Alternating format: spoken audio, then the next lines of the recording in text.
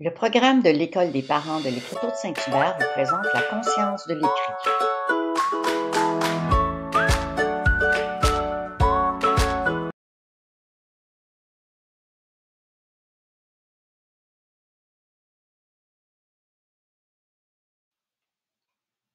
Mais papa, tu sais que j'ai de la difficulté à lire.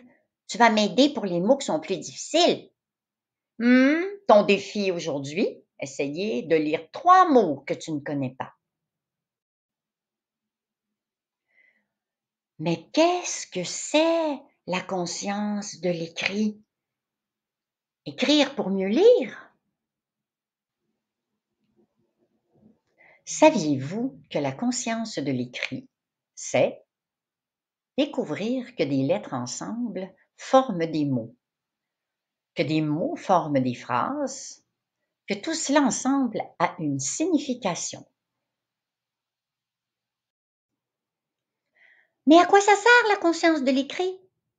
Pourquoi c'est important?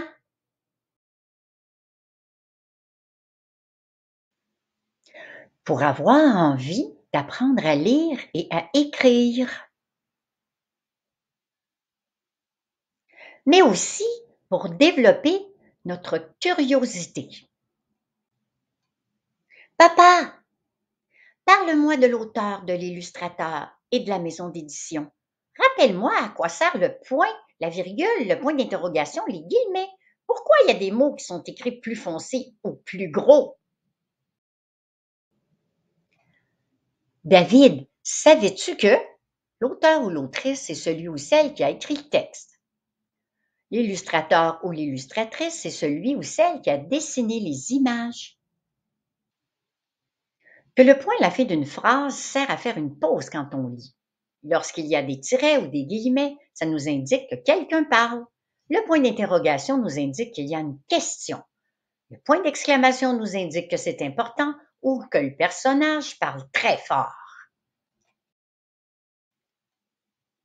Lorsque l'auteur décide d'écrire des mots plus foncés ou plus gros, c'est que le personnage parle très, très, très fort.